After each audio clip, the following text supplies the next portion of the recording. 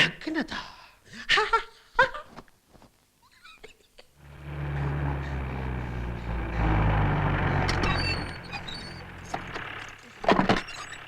കാലത്ത് 8:30.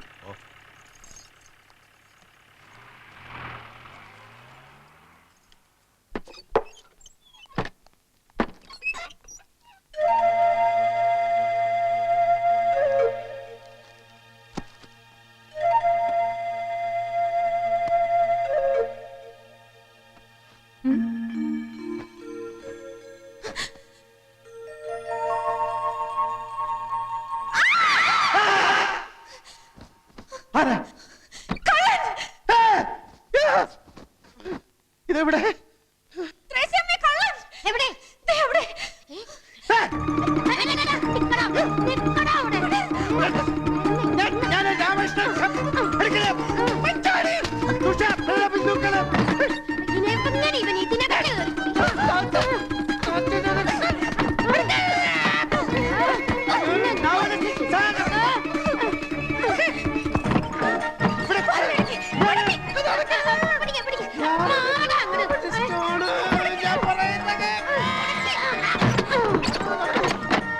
കഥക് തുറക്കൂ. ഞാൻ കള്ളനല്ല, ഞാൻ കള്ളനല്ല, ഞാൻ ഒരു എഴുത്തുകാരനാണ്.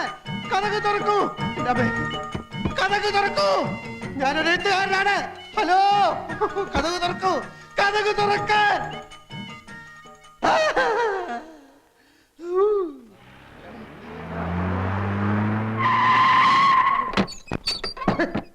ഞാൻ കള്ളനല്ല, ഞാൻ പ്രസിദ്ധ നോവലിസ്റ്റാണ്. ഞാൻ പ്രസിദ്ധ നോവലിസ്റ്റ് ആണെന്ന്. സാഗർ, ഞാനൊരു പ്രസിദ്ധ നോവലിസ്റ്റാണ്. ഞാൻ പ്രസിദ്ധ നോവലിസ്റ്റ്. ഞാൻ കള്ളനല്ല, നിരപരാധിയാണ്. ഞാനൊരു പ്രസിദ്ധ സാഗർ, പോലീസേ, ഞാൻ കള്ളനല്ല, ഞാൻ കള്ളനല്ല, പോലീസേ.